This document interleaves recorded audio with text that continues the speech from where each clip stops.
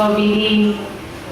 Ang magulang po niya si Evelyn at saka si Jeronimo Carandang.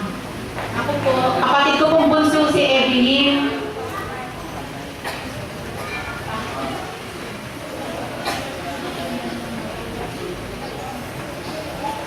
Sana po mag-enjoy kayo sa party ni Robilin.